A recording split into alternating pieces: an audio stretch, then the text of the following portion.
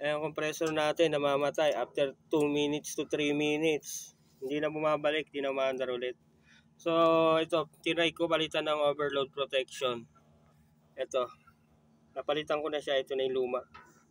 Ito yung lagayan. So, nakakabit na yan siya dyan. Ayun siya. Pero, paanda rin na natin. So, ayun na guys. Umandar na yung compressor natin. Umandar na yung condenser natin. Tingnan natin kung magtutuloy-tuloy na yung andar niya.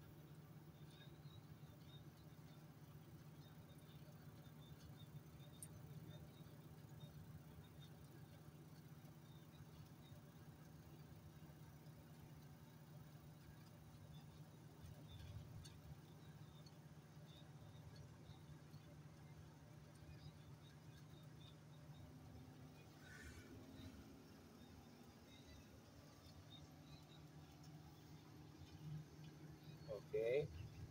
Okay. Goods. Magandang pinapakita niya.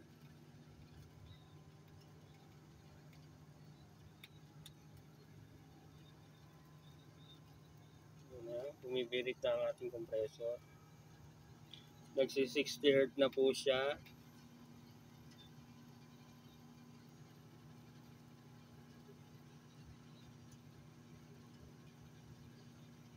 Okay na.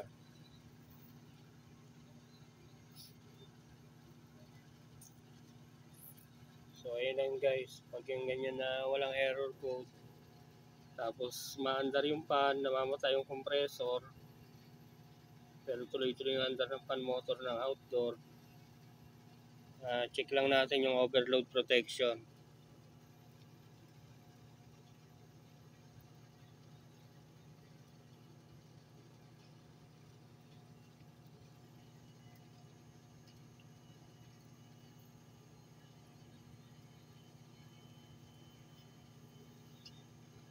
Follow nyo na lang rin po ako mga kakaper.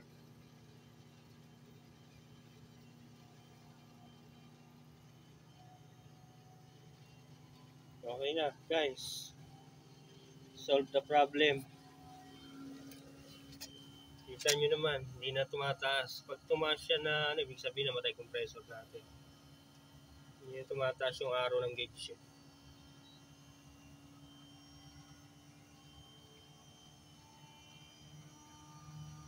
So ayan, okay na.